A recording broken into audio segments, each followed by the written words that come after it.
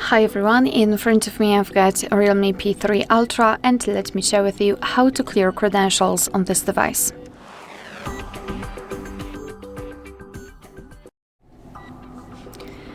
So let's begin with opening the settings, and here we have to scroll and find security and privacy.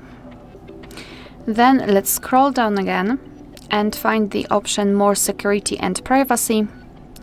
And here scroll down to localize the option Credential Storage. Let's tap. As you can see here, we've got the option we're looking for, so just tap on remove all user certificates and confirm it by tapping on OK.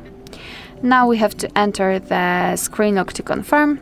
And as you can see here, we've got this information. Moreover, this option is inactive, which means that we just successfully removed all saved certificates.